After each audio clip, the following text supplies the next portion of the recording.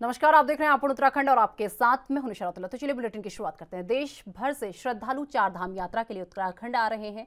आपको बता दें कि उत्तराखंड सरकार भी चार धाम यात्रा के लिए आए श्रद्धालुओं का पूरा ध्यान रख रही है और इस दौरान मुख्यमंत्री पुष्कर सिंह धामी ने कहा कि इस बार चार धाम यात्रा में पर्यटकों की काफी संख्या आ रही है और सभी यात्रियों की सुरक्षा और उनके आवागमन के लिए और उन्हें किसी चीज की परेशानी ना हो, उसके लिए हमने रजिस्ट्रेशन की व्यवस्था बनाकर रखी है। देखिए, इस बार यात्रा में बहुत बड़ी संख्या श्रद्धालुओं की, पर्यटकों की आ रही है और पिछले सालों की तुलना में जो यात्रा चलती थी उससे कई गुना ज्यादा है। इसलिए सभी यात्रियों की सुविधा के लिए, उनकी सुरक्षा के लिए, उनके आगमन सरल हो, अच्छा हो और कोई भी किसी भी प्रकार का उनको दर्शनों से लेकर आने जाने में कोई परेशानी न हो, उसको लेकर जो व्यवस्था हमने रजिस्ट्रेशन की बनाई है और एक संख्या निर्धारित की है, जो संख्या जितनी हमारी वहाँ की क्षमता है धामों की, अन्य स्थानों की, उसके आधार पर रजिस्ट्रेशन कर रहे हैं। और अभी चूंकि इतने ज्यादा रजिस्ट्रेशन पहले से हैं, उन रजिस्ट्रेशनों का धीरे धीरे जैसे जैसे लोगों की संख्या दर्शन करते जाएगी उसी हिसाब से आगे रजिस्ट्रेशन। और उत्तराखंड के पूर्व मुख्यमंत्री हरीश रावत ने कहा कि उदयपुर में आयोजित कार्यक्रम में पार्टी की राष्ट्रीय अध्यक्ष सोनिया गांधी ने दिल छूने वाली बात कही है और एक काफी अहम बात कही है। उन्होंने कहा कि बहुत सारे लोगों को कांग्रेस पार्टी ने बहुत कुछ दिया है, अब समय है कि आप पार्टी के लिए कुछ करें।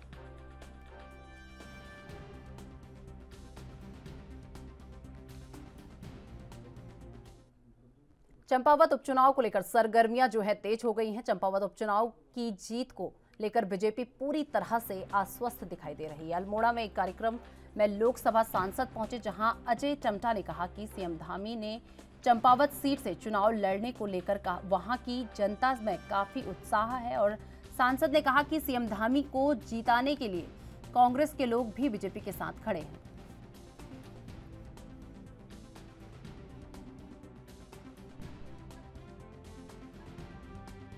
चंपावत के चुनाव में मैं लगातार बना हूं और आज ही कल रात ही में आया हूं। मैं अभी चंपावत को निकलने वाला हूं, क्योंकि चंपावत विधानसभा के अंदर जो उत्साह वहां के लोगों के अंदर दिख रहा है और लगातार बहुत वरिष्ठ कांग्रेस के लोग भी भारतीय जनता पार्टी के साथ खड़े हैं और उसके पीछे एक कारण है कि ऐसा मौका कोई नहीं खोना चाहता कि वो अपना मतदान मुख्यमंत्री जी के पक्ष में दे। वो अपने मतदान को मुख्यमंत्री जी के पक्ष में देना चाहते हैं और 6-6.5 महीने के कालखंड के अंदर पुष्कर धामी सरकार ने मोदी जी के सहयोग के माध्यम से, मोदी जी की योजनाओं को आगे बढ़ाने के माध्यम से जो विकास कार्य किए, उसका प्रतिफल है कि उत्तराखंड राज्य के अंदर कभी भी सरकार रिपीट नहीं हुई। और चुनाव का प्रबंध समिति का संयोजक होने के नाते से मैं कह सकता हूं कि पहली बार राज्य बनने के बाद भारतीय जनता पार्टी की सरकार भी रिपीट हुई और बहुत सारी मिथ्याएं भी टूटी और उस रिकॉर्ड को भी हमारी सरकार तोड़ेगी और अधिकतम वोटों से इतिहास बना करके चंपावत की जनता पुष्कर सिंह धामी जी को अपना मुख्यमंत्री और विधायक बना करके मेरे लोकसभा क्षेत्र के अंदर भी एक पहली बार हमारे युवा चेहरे। राज्य महिला आयोग के अध्यक्ष कुसुम कंडवाल का एक दिवसीय अल्मोड़ा दौरे है और इसी दौरान उन्होंने अल्मोड़ा महिला थाना वन स्टॉप सेंटर नारी निकेतन का औचक निरीक्षण किया, जहां अधिकारियों से महिलाओं से जुड़े अपराधों और घटनाओं की जानकारी ली। इसके बाद अध्यक्ष कुसुम कंडवाल ने सर्किट हाउस में विभिन्न विभागीय अधिकारियों के साथ समीक्षा बैठक की। इस दौरान उन्होंने अधिकारियों को निर्देशित करते हुए कहा कि महिला से जुड़ी योजनाओं को सिर्फ फाइलों तक सीमित न रखकर धरातल में उतारने का प्रयास करें, ताकि जरूरतमंद महिलाओं जो है इससे लाभान्वित हो सकें।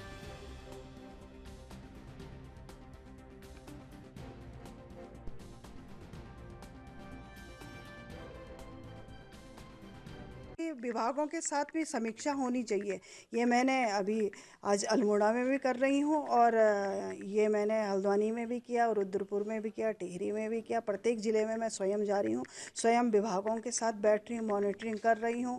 और आज अल्मोड़ा में मैंने अभी महिला थाना का निरीक्षण भी किया कि वास्तव में किस तरह से क्या है कि वहाँ पर कैसे केसेस आ रहे हैं या किस प्रकार से वो काम कर रही हैं, किस प्रकार से चाहे वो बालिकाओं का हो चाहे बालकों का हो, किस प्रकार सारे केसेस उसकी अभी मैंने पूरी जानकारी ली वहाँ पे जाके। वन स्टॉप सेंटर में किस प्रकार से वो महिलाओं को वहाँ पे रखते हैं, अगर कोई पीड़ित महिला आती है उसकी काउंसलिंग की जाती है, 5 दिन वहाँ रहने का प्रावधान है, कितने केसेस अब तक आए हैं, वो सारी जानकारियाँ मैंने ली हैं। और अभी मैं अधिकारियों के साथ थोड़ा समीक्षा कर रही हूँ कि क्या अपने अपने विभागों के माध्यम से अब महिलाओं की योजनाओं को सही रूप में संचालित हो रही हैं, नहीं हो रही हैं, क्योंकि विभाग के हमारे जो मुखिया होते हैं वो संचालित कर सकते हैं।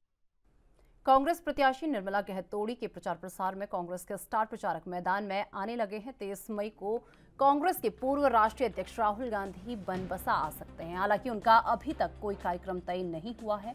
24 मई को वे चंपावत में चुनावी रैली कर सकते हैं। हालांकि सत्ता पक्ष और विपक्ष का एक दूसरे पर आरोप प्रत्यारोपों का दौर काफी समय से चला आ रहा है। और आपको बता दें कि फिर से कांग्रेस नेता राहुल गांधी ने मोदी सरकार को घेरा और कहा कि कोरोना के समय में मोदी सरकार ने लोगों को सड़क पर लाकर खड़ा कर दिया था, लेकिन कांग्रेस ऐसा कभी नहीं करेगी।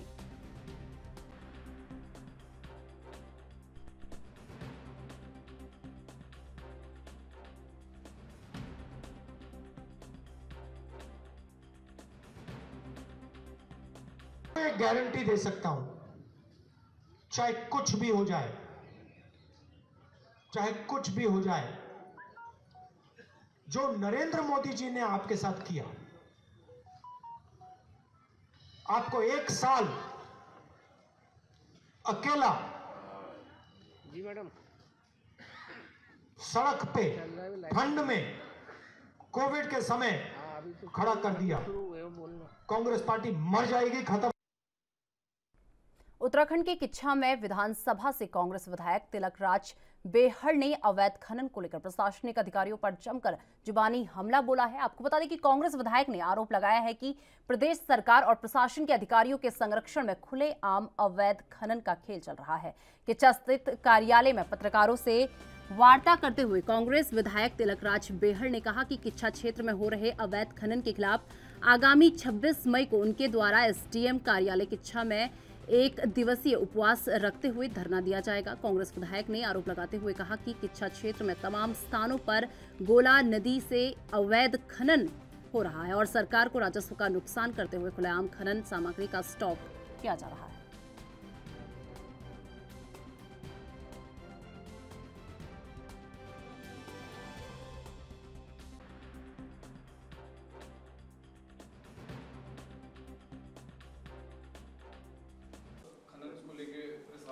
देखिए, खनन को लेकर हालात बहुत ख़राब हैं। जिला प्रशासन और किच्छा का स्थानीय प्रशासन इसमें मिला हुआ है। खनन का काम किच्छा क्षेत्र में ज़ोर शोर से चल रहा है और अवैध खनन का काम भी खूब चल रहा है। लोगों ने अवैध खनन के नाम पर जगह जगह पर खनन एकत्र कर रखा है, इकट्ठा कर रखा है और उसकी कोई रवल्टी नहीं है। दूसरा, खनन का एक समय होता है जिनको पट्टे मिले हुए हैं, सुबह होने के बाद शाम को ढलने से पहले मशीन से वो खनन कर सकते हैं। शांतिपुरी में तो 2 बजे के बाद बंद हो जाता है खनन, निकासी बंद हो जाती है। और यहाँ रात भर, जो हमारे पास वीडियो आया है, रात भर 11:45 पर मशीनें चल रही थी। उसका सूचना एसडीएम को भेजी गई, खनन विभाग को भेजी गई, डीएम को वीडियो भेजी गई, चीफ सेक्रेटरी को भेजी गई, कमिश्नर को भेजी गई है और उसके बावजूद भी अभी तक कोई एक्शन नहीं। तो इसका मतलब सरकार मिली हुई है। बगैर सरकार के मिली भगत के तो इतना बड़ा रात को मशीनें चल नहीं सकती। और यहाँ के अधिकारी बाकायदा महीना ले रहे हैं, पैसा ले रहे हैं, या तो फिर मेरा आरोप है। तो इसमें मुख्यमंत्री जी को ऊपर से फोर्स भेजनी चाहिए, बाहर से फोर्स भेजनी चाहिए। यहाँ का फोर्स, यहाँ का प्रशासन इसको खुद शामिल है अवैध खनन में। उत्तराखंड के देहरादून में क्रीड़ा भारती की तरफ से एक प्रेस वार्ता का आयोजन किया गया। पूर्व खेल मंत्री नारायण सिंह राणा ने प्रेस वार्ता को संबोधित करते हुए कहा कि क्रीड़ा भारतीय द्वारा आजादी महोत्सव के 75वें वर्ष पूर्ण होने पर बाइक यात्रा का आयोजन करेगा और इस बाइक यात्रा में राष्ट्रीय और अंतर्राष्ट्रीय खिलाड़ी प्रतिभाग लेंगे। ये यात्रा संपूर्ण देश में 220 स्थानों से निकाली जाएगी।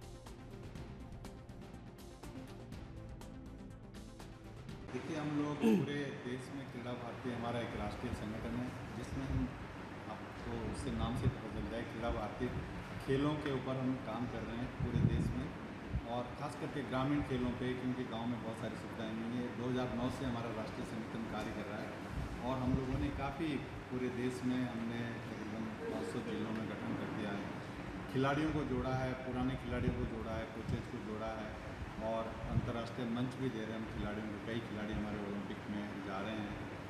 अभी जो आज़ादी की 75वीं वर्षगांठ पूरा देश मना रहा है, और उसमें ये अमृत महोत्सव के तौर पे हमें भी क्रीड़ा भारती के लोगों को भी पूरा एक राष्ट्रीय कार्यक्रम मिला है, जिसमें 220 जगहों से, देश में 220 जगहों से हम यात्रा शुरू करेंगे। ठीक 8:56 पे हम लोग सभी जगह से यात्रा शुरू करेंगे, और छोटे छोटे डिस्टेंस को हम पार करेंगे। जैसे उत्तराखंड में भी है, तो उत्तराखंड में हम 3 जगह से यात्रा शुरू करेंगे। 8:56 पे हिमाचल बॉर्डर से हम शुरू करेंगे, पांवटा साहिब से, और 8:56 पे एक यात्रा प्रेमनगर से शुरू करेंगे, और एक हरिद्वार से शुरू करेंगे उत्तर प्रदेश के बॉर्डर पर। तो हम 3 पार्ट में इस यात्रा को शुरू करेंगे। इसमें तकरीबन 150 से ऊपर के खिलाड़ी होंगे, 50 से 70 के बीच में मोटरसाइकिल होगी, गाड़ियाँ होगी, और जगह जगह जा करके हम खेलों को जागरूक करेंगे, खिलाड़ियों को जागरूक करेंगे, लोगों को जागरूक करेंगे। और इसके साथ साथ जो एक यूथ में, युवाओं में जो नशे की प्रवृत्ति हो रही है, ड्रग्स पे जा रहे हैं, उसका भी एक मैसेज देंगे। और वो खिलाड़ी होता है जो कि नशे से भी दूर, अगर खिलाड़ी नशा करेगा तो खेल तक जा ही नहीं सकता। तो हम खिलाड़ियों तराई पश्चिम वन विभाग की पतरामपुर रेंज में अज्ञात लकड़ी तस्करों द्वारा साल में पेड़ काट ले जाने की जो सूचना थी, वो दक्षिण पश्चिम वृत्त के रेंजर अभिलाष वीर सिंह सक्सेना के वनकर्मियों के साथ मौके पर पहुंचकर बैलगाड़ी को कब्जे में लेते हुए उसमें से करीब 50,000 रुपये कीमत की साल की लकड़ी बरामद की है। पूरे मामले में डीएफओ बलवंत सिंह शाही ने बताया कि पतरामपुर रेंज के जसपुर कंपार्टमेंट नंबर 39 में अज्ञात तस्करों द्वारा साल का पेड़ काटकर बैलगाड़ी में ले जाया जा रहा था। सूचना मिलने पर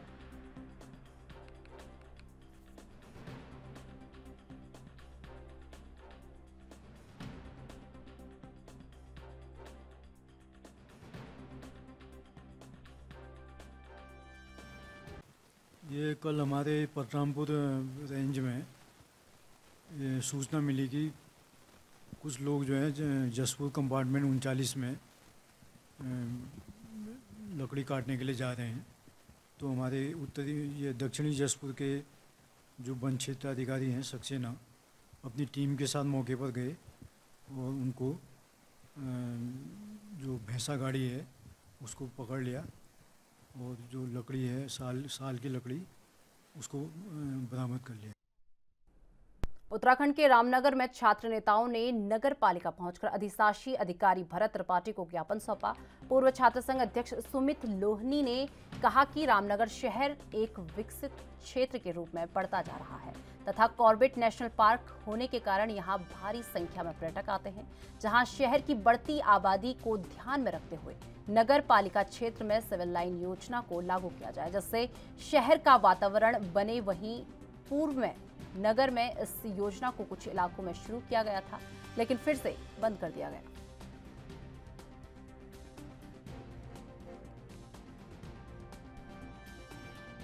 देखिए, आज एक छात्रों का प्रतिनिधिमंडल रामनगर शहर के अंदर सिविल लाइन बिछाने के लिए एक अपना उनके द्वारा एक ज्ञापन प्रस्तुत किया गया है, और उसमें उनको अवगत कराया गया है कि पूरे स्टेट में फेज मैनर पर राज्य सरकार द्वारा जो है सीवरेज बिछाए जाने की कार्रवाई करी जा रही है। और जब कभी भी यहाँ पर रामनगर में इस तरह का प्रस्ताव नगर पालिका को प्राप्त होगा, उसमें तत्काल नगर पालिका द्वारा। देखिए, आप देख सकते हैं रामनगर एक क्षेत्र ऐसा क्षेत्र बन चुका है जो कि पर्यटन का हब बन चुका है। देश विदेश के पर्यटन रामनगर में आते हैं, लेकिन काफ़ी दुर्भाग्य की बात है कि रामनगर क्षेत्र में, नगर पालिका क्षेत्र में अभी तक सिविल लाइन की योजना सुचारू रूप से ना तो धरातल में बिछाई गई है, ना तो लागू करी गई है। तो हमने आज इस विषय में रामनगर नगर पालिका के ईओ साहब को ज्ञापन दिया है कि, और उनसे बताया भी कि जल्द से जल्द रामनगर क्षेत्र में ये सिविल लाइन की योजना को लागू किया जाए। पूर्व में एक बार बहुत पहले इस लाइन की योजना का सर्वे हुआ था, लेकिन वो सर्वे होने के बाद शायद बिछाई भी गई थी, लेकिन वो अभी तक उसमें दम पड़ गई है और वो उसमें मतलब चौक हो चुकी है। तो हमारा नगर पालिका ईओ प्रशासन को, नगर पालिका प्रशासन को और यहाँ के समस्त सभासदगणों को, चेयरमैन साहब को, सबसे हमारा विनम्रपूर्वक अभी निवेदन है कि जल्द से जल्द इस कार्य में योजना लाई जाए और सिविल लाइन की योजना। उत्तराखंड के अल्मोड़ा में वन विभाग की नजर अब हर जंगली घटनाओं पर रहेगी, जहां अल्मोड़ा वन विभाग वन क्षेत्र में वायरलेस टावर लगाने जा रहा है और वन कर्मियों के पास वायरलेस हैंडसेट रहेगा। आपको बता दें कि दरअसल पर्वतीय क्षेत्रों में वन विभागों के लिए घटनाओं का आदान प्रदान करना बहुत ही मुश्किल एक समस्या बनता जा रहा है, जिसके लिए अब वन विभाग द्वारा इसके लिए बड़ी मात्रा में वायरलेस हैंडसेट खरीदने जा रहा है।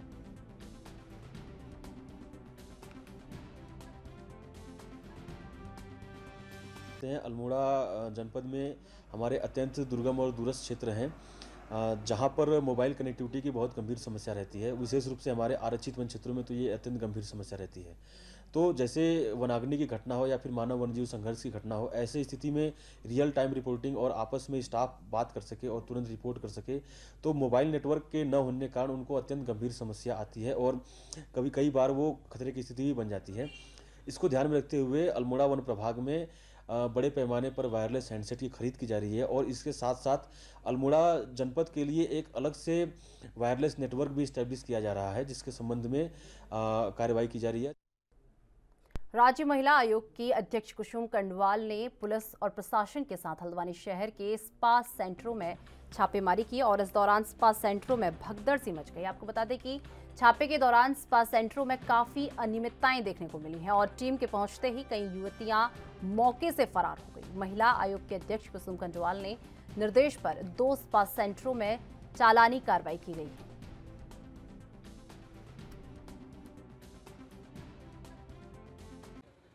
आज हमने 2 स्पा सेंटरों में छापा मारा है।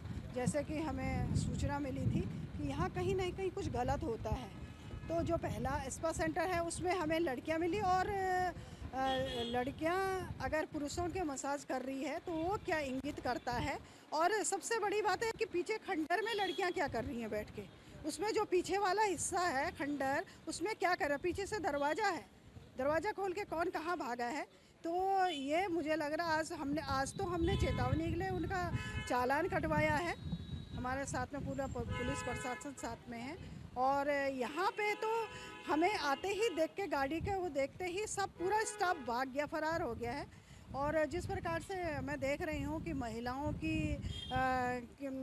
पूरे मेकअप का सामान एक बैग में दिखा है, हाँ टैबलेट्स वगैरह भी है। अभी उन्हें डॉक्टर से भी पूछ के उनके बारे में उसकी जानकारी लेते हैं कि किस तरह से। मुझे लग रहा है कहीं ना कहीं यहाँ पे गलत धंधा हो रहा है। आज तो हम चालन करके जा रहे हैं लेकिन छोड़ेंगे नहीं हम। हमारी गाइडलाइन तैयार, बहुत जल्दी शासन प्रशासन को हमने अपनी गाइडलाइन भेज दी है कि स्पा सेंटरों में महिलाओं की ही मसाज करेंगे, पुरुषों का नहीं करेंगी।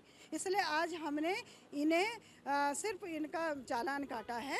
भविष्य में हम इन्हें जेल भेजेंगे, अंदर काम करे। ऐसा जो इस तरह का गलत काम करेंगे, समाज में इस प्रकार से गलत काम करेंगे। और सबसे बड़ी बात है यहाँ पे कई सारी लड़कियाँ ऐसी पहाड़ की हैं और वो इस तरह कामों में लिप्त हैं। उत्तराखंड प्रदेश में दूसरा सबसे ऊंचा झंडा चौक जिस पर लहराता तिरंगा जनपद उधम सिंह नगर के जसपुर क्षेत्र में है, लेकिन पिछले काफी लंबे समय से इस तिरंगे के फटा होने के कारण देश की शान का अपमान हो रहा है। मगर इस ओर ना ही जसपुर नगरपालिका का कोई ध्यान है और ना ही क्षेत्रीय विधायक अब देश की पहचान तिरंगा अपनी बदहाली के आंसू रो रहा है।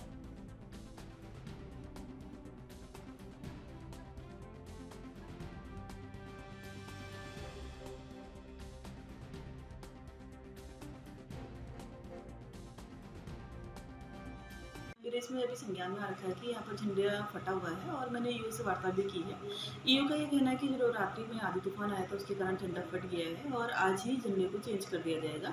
इसके उपरांत में मेरे द्वारा उनको अभी नोटिस प्रेषित किया जा रहा है। ये बड़े खेदजनक बात है कि अगर किसी का ध्यान नहीं उसमें दिया है तो इसमें आगे कार्रवाई की जानी चाहिए। और नगरपालिका के क्षेत्राधिकार का मामला है तो नगर पालिका के चेयरमैन, अधिकारी और क्षेत्रीय विधायक की भी ये संवैधानिक और नैतिक जिम्मेदारी बनती है कि ऐसे मामलों को तुरंत संज्ञान लें।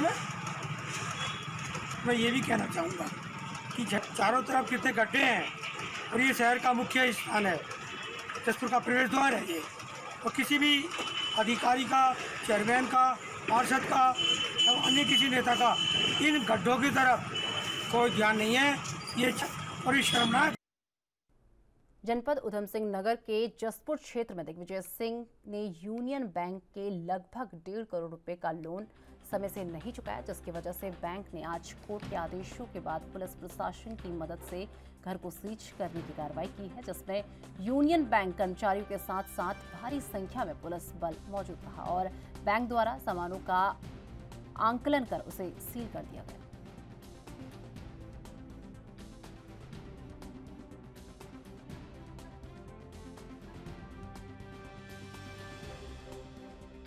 उत्तराखंड कैपिटल्स के नाम से हमने लोन लिया था।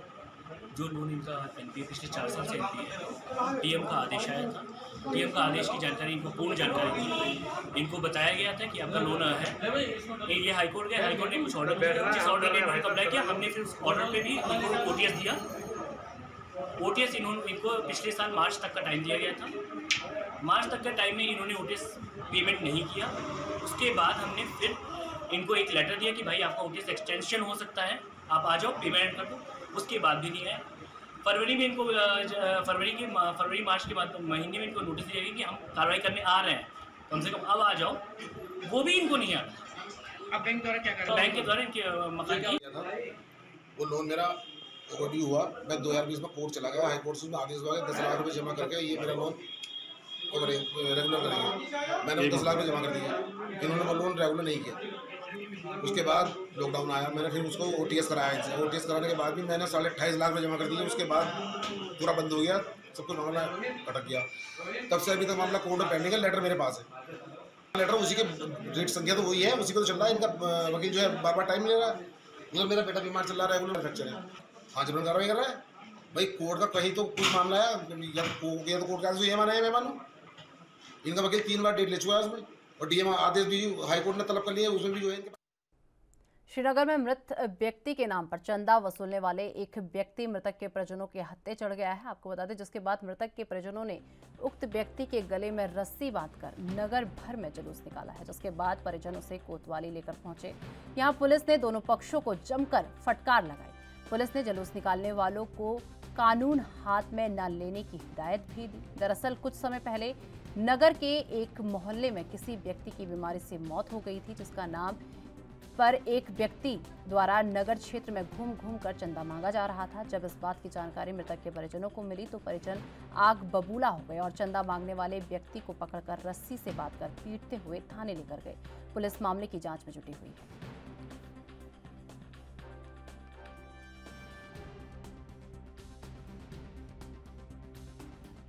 बता दें कि ये व्यक्ति जो आप तस्वीरों में देख रहे हैं, ये मृतक के नाम पर चंदा मांगने का काम करता था, जिस पर आज मृतक के जो परिजन हैं, जब उन्हें ये बात पता चली तो उन्होंने उसके गले में रस्सी बांधकर पूरे शहर भर में उसका जुलूस निकाला और उसे थाने लेकर गए। आपको बता दें, जिसमें आप देख सकते हैं कि तस्वीरों में किस तरीके से एक महिला उस व्यक्ति को, जो कि चंदा मांगने का काम एक मृतक के नाम पर कर रहा था, उसे कैसे ले जा रही है और यहाँ पर उसे मारते हुए भी दिख रही है।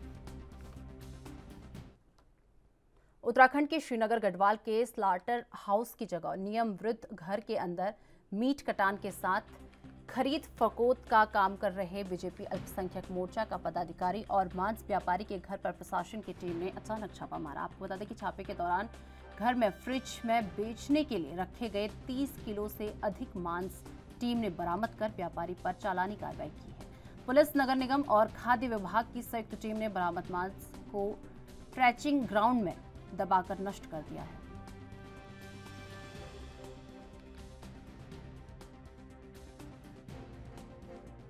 आज जो है सोशल मीडिया के माध्यम से पता लगा कि कोई व्यक्ति जो है अपने घर में ही जो है मांस का विक्रय कर रहा है और काट रहा है। उसका वीडियो वायरल हो रहा था, तो उप जिलाधिकारी महोदय का ही मुझे फ़ोन आया। तो इसके बाद हमने जो है पुलिस को साथ में लेकर के और नगर निगम की टीम को साथ में लेकर के उस व्यक्ति के घर में जो है जाकर के दबिश की, तो वहाँ पे हमें फ्रिज के अंदर रखा हुआ बेचने के लिए 30 किलो के आसपास जो है मटन और चिकन रखा हुआ प्राप्त हुआ, जिसको जो मौके पे जब्त करके उसके खिलाफ चालानी कार्रवाई की गई और मांस को जो है नगर निगम के माध्यम से ट्रेंचिंग ग्राउंड में दबा दिया गया। और आगे भी उसको हिदायत दी गई है कि जो है इस तरह से घर के अंदर कोई भी ना काटे। और सारे शहर में सबको स्लाटर हाउस हमारे द्वारा जो है रन करा दिया गया है और जितने भी शहर के और भी अन्य मांस विक्रेता है वो सब स्लाटर हाउस में ही मांस काट रहे हैं। आगे से ऐसी कार्रवाई ना हो इसके लिए जो है लगातार